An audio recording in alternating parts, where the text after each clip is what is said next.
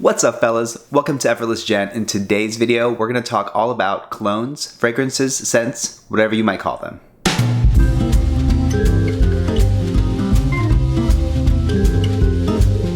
If you've ever wondered how to find the right scent for you, how to know how much you're spraying on, if it's too much or too little, or any of those newbie questions that you might have when it comes to cologne, this is the interview for you. I recently sat down with my buddy Dave from Fragrance Bros. I'm going to link to his channel up here or up here somewhere. He gives in-depth reviews and critiques on all types of fragrances, so it's definitely worth checking out. So I asked Effortless Gent readers to send in their questions, and Dave answers them one by one in this interview. All right, well, why don't we get into it? Here's my conversation with Dave from Fragrance Bros. Thank you so much for being here, man. Yeah, thank you. Glad to be here. Why don't you give us a little spiel about, everything about you and what you have going on? Yeah, so my name is Dave, and I have a channel called Fragrance Bros. Usually what I do is I review fragrances or I talk about fragrance topics, and I have guests on a lot of times, so it's kind of almost like Siskel and Ebert type thing where we, critique a fragrance, talk about a fragrance. Ultimately, I want to help people find a fragrance that they love and avoid the fragrances that are bad. How did you get into fragrances in general? It depends. Like, there's different levels, I think, of how I got interested in it. It all started really when I was just a little boy, and my dad gave me my dad gave me like a shaving set, quote unquote shaving set, one of those fake ones. But what he did was, besides just like that fake shaving set, he gave me like these drugstore aftershaves. And so you have a lot of like the classic ones like Brut and Old Spice and some other ones in there as well. And that really got me interested in wearing a fragrance. And my dad at the time would wear fragrances as well. And so that was kind of like the introduction. And in high school, I would get some for maybe a birthday or Christmas, and I would just wear those. And ultimately, when I became intentional about it, it was several years after high school, and there's this girl that I was really interested in, and I figured, I think that I could go the extra mile here and get something that I think would smell really nice, and maybe that might be like that extra added touch. And so that kind of started my journey going that way, being intentional with fragrance. And several years ago, I realized I was looking for a new fragrance to have because the one that I had ran out, and I realized YouTube is a great place to talk about this kind of stuff. Everyone is making videos to help other people on YouTube, but there's nothing on YouTube where they were having like a conversation about it. So it was usually just someone in the basement, giving their spiel about a fragrance or whatever. And I really wanted to make it kind of almost interactive with a guest and have two points of view if I can, and make it fun as well. And so that's how I started the channel. And so that was about 5 or 6 years ago. Awesome. I love it. Yeah, so I guess my first question is going to be this. I'm standing in front of Sephora, or I'm in a department store, and I need to choose a fragrance, but I don't really know which direction to go. Is there a way to sort of figure that out? Where do I start? I think Sephora is a great place to start. I know you can go to kind of bigger stores that have sales associates, and even Sephora has sales associates, but a lot of like the big stores, Neiman Marcus or Saks or some of the smaller ones, a lot of the sales associates aren't really as informed as they should be about fragrance. They're really there to sell. So as a consumer, I totally understand where people are coming from. It's overwhelming. I mean, there's hundreds of fragrances at that counter, maybe even more. And what I usually tell people is go to like a Sephora. Well, they'll leave you alone. And the selection there is a lot smaller, but you can kind of get an idea of what you like, and you can smell anything on that wall, and they'll make you a sample of anything you want as well. I think that's a great place to go. There's also sample sites where you can go and try things out for money, but I like Sephora or even Ulta, which is kind of like Sephora's competition. I would say, as a general rule, I would say probably start off with something on the fresh side. So if you're going to ask someone about a scent, and like a sales associate, I would say ask for a fresh scent, and they may know about a few fresh scents. I typically say that just because a fresh scent is a good entry point into fragrances because they're not offensive at all. Would you say fresh scents, would you consider those lighter scents, or could they also be sort of heavy? Is that the right term? Yeah, I mean, they kind of range in how heavy or how strong they are. A lot of time fresh scents are on the lighter side. It's mostly because of the ingredients that they use. Like a lot of the ingredients used in those scents are, citrus based or like a light musk or things like that. So those type of scents usually are on the lighter side. There are some fragrances in that fresh realm that are stronger, but typically, like if you go to like a mall and you look at fresh scents, those are going to be on the lighter side. And I think that's also a good place to start too for someone on their beginning steps on their fragrance journey, just because I understand like you don't want to be the cologne guy, you don't want to gas everyone out of the room or whatever. And, I think that's a legitimate concern. And a fresh scent, besides being inoffensive, usually they are on the lighter side. So that's a great place to start. Now, is there a way to tell, just by testing at the store, is there a way to tell how, like the scent's performance, how long it'll last and how long it'll smell good on you? Not really at the store. The best thing to do is really just to try it for yourself.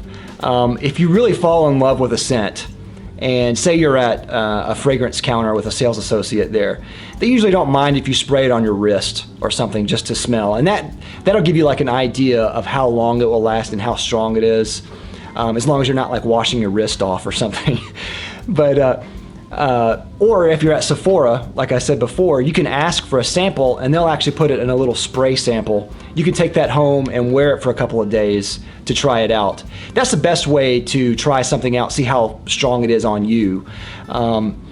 When you're at the store itself, you're usually trying something on paper, and that's not really going to give you a good impression of how strong a fragrance actually is. I know they have the strips laid out, but is that even really an accurate representation of what the scent will be like? I would say it's about 80%. It's not 100% accurate, mostly because the scent strips don't have any heat to them. Your body heat will activate a lot of the scent, and a lot of scents will actually change over time. On paper, you're not going to really get that evolution there. But I think smelling something on paper is a good place to start. So you can generally say, if you smell it on paper, I don't like this, or I do like this. And so that's a good way of kind of weeding some fragrances out. Yeah, I find that interesting because I noticed, like, for example, if I were to smell a fragrance on like one of my friends and I were to try it on myself, I noticed that sometimes it doesn't always smell the same. And so you're saying that might be because of like heat and what gets activated in the scent itself when it's on my skin? Yeah, I mean, usually the performance of a scent varies a lot between a person, mostly because of their body heat. And sometimes there is a difference in the smell. I think that's mostly kind of contextual. So I think it kind of depends upon what you're actually smelling that day, how far you are from that person. If you have the scent on your body, a lot of times it will smell different because it's just like a foot away from your nose. Depending on or if it's on the other person, they're several feet away. So depending on how long they've actually worn the fragrance too, they may be in a different stage of the actual fragrance. So it will smell different at that stage than it will to you at your stage. So there's a lot of kind of variables with how a scent smells on a person. Speaking of this, I was thinking about like the different names that you might see on the bottles themselves. Like some are labeled just cologne, some are labeled like Eau de Toilette or Eau de Parfum. Is there, I'm not sure if I'm pronouncing that right, but how does that differentiate and what does that mean to me as the end user? Yeah, ultimately that's just the concentration. That's how concentrated the actual fragrance is. I would say about 90% of your mainstream men's fragrances out there are going to be Eau de Toilette, and that's a good concentration for everyday use. There's Eau de Cologne. Eau de Cologne is a lighter concentration. And then there's Eau de Parfum, and Eau de Parfum is a heavier concentration. Usually Eau de Parfums are going to last a lot longer, they'll be stronger. A lot of women's perfumes are actually Eau de Parfum. And you'll find some men's fragrances that are Eau de Parfum as well. Sometimes if they label it as intense, sometimes those will have just an increased concentration. A lot of niche fragrances, which are kind of specialized fragrances, a lot of those will be Eau de Parfum. Typically it seems like fragrance heads really just want something kind of strong in the Eau de Parfum range. And if you're just starting off, I would say definitely go for an Eau de Toilette. And so you would go, I guess, lighter on the application if you have Eau de Toilette or Eau de Cologne, is that right? Versus the Parfum? Well, I would go lighter on the Eau de Parfum. Usually, it depends on the situation, but Eau de Parfums are stronger, so typically I'll have to spray fewer sprays of that. And with an Eau de Cologne, you may have to spray more sprays, depending on how strong you want it to be. Okay, and then is it generally understood that like a lighter fragrance like Eau de Toilette or Eau de Cologne would last not as long as Parfum? Typically. It also depends on like the ingredients, but that's kind of the general idea. Let's say you find a bottle at your local drugstore for $15 versus something that's more high-end, like $250. Like what are the main differences there, and why does one cost so much less than the other? There's a few different things that kind of go into the cost of a fragrance. One of them is just the ingredients. There's several ingredients that cost just a lot of money. Like I can think of, iris butter, which is made of the roots of an iris, or actually jasmine. There's certain forms of jasmine that are really expensive. There's one ingredient called ambergris, which is actually an excretion from a sperm whale. It floats on the ocean for years and then washes up on shore. And the cost of that per ounce is multiple times the cost of gold. And so depending upon the actual ingredients used, that can make a big difference in how much a fragrance will be. I'll say also too, if they hire certain people to make the fragrance, that will be a place where they can charge more. So for instance, if you were to, like a painter, so if there was a painter that made a painting, that painting will be worth a lot more just because that person's kind of signature is on it. I would say also too, there are certain famous perfumers in the world, and they make really great designs of fragrances, and so they cost more money to make, and there's that whole thing. Also too, I think generally you're going to stay in certain price ranges when you go to Walmart, and then when you go to the mall, and then when you go to either expensive department stores or even boutiques. Those are all going to have separate price points. And there's a lot of different reasons for that. A lot of the fragrances you find at Walmart are just going to be using the cheapest ingredients. That doesn't mean they're bad, but they're just going to be on the cheaper side. And a lot of the fragrances at the boutiques are going to be using more expensive fragrances, and they're going to, they're going to be using more expensive ingredients, I should say, and have kind of a general better design of the fragrance. Does ambergris have a scent? Yeah, it does. It's a musky type of scent. I would say that if you've smelled a lot of fragrances, you may have smelled it here and there before. It's a musky scent. Some have said it smells a little salty and almost like hay or tobacco. I have a couple of drops of ambergris, and it smells nice. I've smelled it in a couple of other fragrances before. There's also a synthetic molecule called ambroxan that mimics ambergris, and that's found in similar fragrances as well. Have you ever thought of creating your own scent? I mean, I think anyone who has critiqued fragrances has thought about it at some point. I think right now I'm not at that point where I want to try to do that, mostly because it's a completely different skill set. So analyzing a fragrance and critiquing it and smelling it for yourself is completely different than creating the fragrance itself. Maybe that might help, forming your opinion about how something will smell in the creation process, but it takes a lot of work. I know some perfumers and I talk to them, and a lot of times it takes months to make just a simple fragrance. So it's hard work. So I'm not there yet. Very similar to a painting, like your example earlier, right? Like it takes months to create something. Yeah. Mm-hmm. I'm curious, shelf life. First of all, well, I guess this is like a two-part question. How should we store our cologne? And also, how long generally do scents last? And does that differ from bottle to bottle, brand to brand? To answer your second question first, if you look on the bottom of a bottle, you'll see this little marking that has 36M, and that means 36 months. Now, that's kind of like a general rule that the companies, I don't know who started this, but that's supposed to mean like the shelf life of the fragrance is supposed to be 36 months. Now, throw that out the window because that doesn't mean anything. So they want you to buy a fragrance within a certain amount of time because they want repeat customers. But if you store your fragrances properly, a fragrance can last decades. And they have older fragrances that have lasted that long. The main enemies to fragrance are oxygen, light, and heat.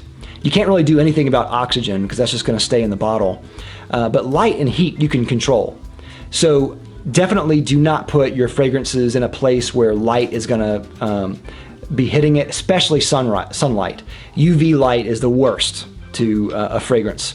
But I would say even so, I would just keep it somewhere dark. I keep mine in an unused bathroom cabinet.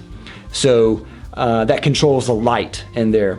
And you also want to keep it away from heat. So the reason I keep it in an unused bathroom is because if you're taking hot showers over and over again, that's going to warm up the fragrance and then cool it down and warm it up and cool it down. And that's ultimately bad for a fragrance. So you want to keep it in a place where it's kind of room temperature or cooler and then pretty dark. How can you tell if a scent has gone bad? Does it just lose its potency? How can you even tell? Well, the first thing that will happen is that it'll lose the top notes. There's kind of like a hierarchy of notes.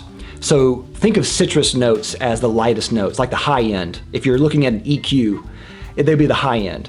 And then you have your mids, and then you have your base. And your base are like woods and vanilla and musks and stuff like that. So your high end are going to go the quickest. So a lot of your citrus notes, where those are your opening part of your fragrance. Right when you spray it on your skin, that's the brightest part of the fragrance experience. Those are going to go away first. And so over time, if you don't store your fragrances properly, you'll notice this smells different. It doesn't smell like it did before. It smells a little bit dull. And that's the first indication that it's starting to go.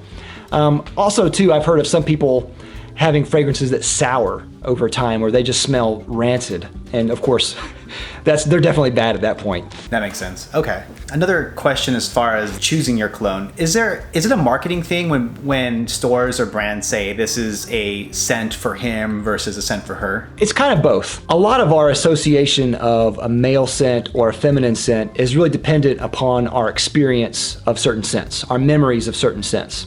So, for instance, in the Middle East, a lot of men like rose perfumes.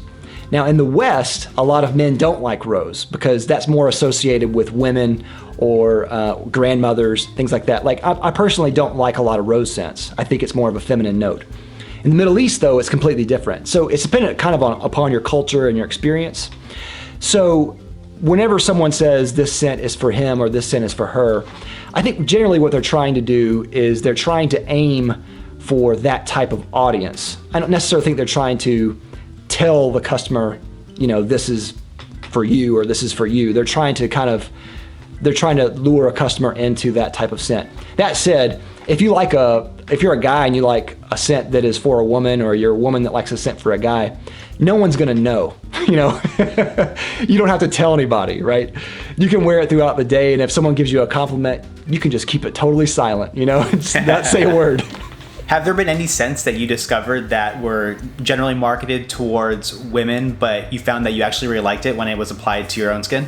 Yeah, there have been a few. I can think of, there's one by Thierry Mugler called Alien. And I actually really like it on my wife as well, and that's one of her scents that she wears a lot. But I wore it a couple of times, and I was like, wow, I could actually wear this. There's another one by the perfumer Yosh, and she has a scent called Sotile. And it's this really beautiful floral scent, and I think it has lily or something in it. It's really nice, and it was one of those where it was marketed towards women as well, but it was one that I was like, wow, I could wear this and I would be totally fine. And there's been other ones. I can think of another one. Guerlain makes one called Rose Barbar, one of the few rose scents that I really like, and it actually reminds me of a friend from high school. It reminds me of his mom, and so I don't know why, but it's one of those scents that I just really like to wear sometimes. Yeah, it's funny how scents can sort of transport you to this place. It brings you back to a certain memory or something. That's funny how that works. Mm-hmm. I love it. one of the biggest questions from my audience was, how should they actually apply the fragrance so it is most impactful? And also, should they spray just on their skin or on their clothing or both? Or how would you suggest they do that? What I would really suggest is for people just to experiment and see what they like the best. I've tried a lot of different things. I've sprayed it on my wrist. I've sprayed it on the point right here on your elbow. Some people like that. I've sprayed it on my collarbones. I've sprayed it on my chest, on my neck, sides of my neck. I've sprayed it everywhere, on my hair, clothes. I've done almost everything you can imagine. And what I do is I spray, depending on how many sprays I need, I'll spray to the bottom of the neck, right where it touches the bone, and then the back of my neck. And depending on, I'll do multiple sprays of, depending on what I use, but that's where I like it the best. Some people might like different applications. There's no real rule. I've just found on me that works best for me. I've sprayed it on clothes before, and clothes will actually hold the scent longer. So if you have a lighter scent that doesn't last a long time, you can spray it on your clothes, or you can spray it on your hair, and it'll stick to your hair and your clothes, and you'll get a little bit more longevity out of it that way. So that's kind of a hack that you can use. So that's generally what I would say. Some people like to spray it on their wrist, if they're wearing a jacket. So if they're moving around, that'll kind of puff out air out of your wrist. So some people like to do that. I found that I don't like doing that because I'm usually in a hot climate and I don't have a long sleeve shirt on most of the time. And I'm washing my hands throughout the day, and I found that I just wash it off on accident. Like I said, no real hard fast rule, just whatever works the best for you. Okay, so as far as seasonal scents go, do you have specific suggestions for, let's say, winter, more colder weather scents versus hot weather summer scents? What would work best for a guy? Yeah, I think that's a great question. Mostly because there's kind of a little bit of confusion about what to wear. I think the first thing to do is to realize what a good fragrance for summer would be, and then winter. So typically, summer months are going to be kind of warmer, so you're going to want kind of a lighter fragrance. A lot of those fragrances are going to be on the fresh side. And so your body's going to heat that up, and it's going to kind of make up the difference. For winter, conversely, you're going to have a lot colder weather, so you're going to want something that's going to be a little bit stronger, and you can wear something a little bit stronger, and it won't hurt people's noses or anything. So typically, summer scents are going to be fresh, citrusy. Winter scents can be woody. They can be like gourmand fragrances, like have food elements like vanilla. They may have tobacco or spices or things like that. And a couple that I really like, there's for winter, I wrote down a list here. On the expensive side, there's one by Dior called Feva Delicieuse. And that one is a really great scent that is kind of like a spicy, nutty, vanilla type of scent. And I really love wearing that in the winter months. And then a little bit less than that is going to be a scent called Memoirs of a Trespasser, which, I love that name. It's really cool. It's by a company called Imaginary Authors, and all their fragrances are imaginary books created by imaginary authors. Really cool line. Memoirs of a Trespasser is a vanilla scent with kind of a woody base, and that one's a beautiful scent. For summer, there's one fragrance that I think is almost universally praised, and that's Creed of Ventus, and that is a pineapple scent with a little bit of a smoky, woody base, and that one's really great. And I remember at the last StyleCon, Aaron Marino passed by me, and I could smell what he was wearing, and I said, "Hey, are you wearing a Ventus?" And he said, "Yeah." So that was pretty cool. So that's what Aaron Marino wears, if anyone was wondering. And then on the cheaper side, one that I really like is by Versace, and it's called Versace Man Eau Fraiche. And that's a kind of a watery citrus scent with a note of starfruit as one of the main notes. It's a really good scent. My wife likes it a lot. Let's say you're going to be out during the day versus going out at night. Do you have specific scents for daytime versus nighttime? I would generally say to other people, you don't have to have like a huge collection of fragrances to do this. You can start off with, I know one of your things is having like a minimalist type of wardrobe. You can have a minimalist collection of fragrances. You don't have to have that many. But I have some that are better suited for night, typically just because, like, you know, that's when my wife and I go on a date. And so I'll wear like a sexier type of fragrance. If you're single out there and you're looking for romance, you want to wear kind of a sexier type of fragrance in those occasions too. And there are scents that typically have that type of vibe, or they try to be that type of fragrance. And you know, in the daytime, usually it's just something I want to wear just because I like it, or it's casual and it's less of a it's not as sexy. Two fragrances that I usually recommend to people like this are by Yves Saint Laurent, and they're very common fragrances, and that is L'Homme and La Nuit de l'Homme. And the reason I recommend these two is because they're great for daytime, which is L'Homme, and La Nuit de l'Homme is great for nighttime. And you can use those as you could actually use those as kind of almost like a minimalist type of fragrance wardrobe. So you could have like L'Homme is fresh. It has apple and ginger. It's really a beautiful scent. And you can use that in work situations. You can use that in warmer weather. You can use that for casual situations. And La Nuit de l'Homme is based on the note of cardamom. And so it's a little bit spicier. It's a little bit sexier and darker. It's better for winter. It's better for romantic situations and things like that. So you can have kind of the best of both worlds with those two fragrances. You just mentioned like a minimalist sort of collection. What would you say is a good number of scents to have if you're sort of starting out? You want to have like your starter collection. Yeah, I think, the first step is just having one. And I think that is a big step for a lot of guys, because a lot of guys aren't even interested in fragrances. So definitely have at least one. But I would say work up to 3. And then reevaluate how much you really like having fragrances. 3 is a good place because you can have, like I said, you can have a fragrance that's fresh, and that will do a lot of different things. And then you can have one that's darker, and that will do a lot of different things.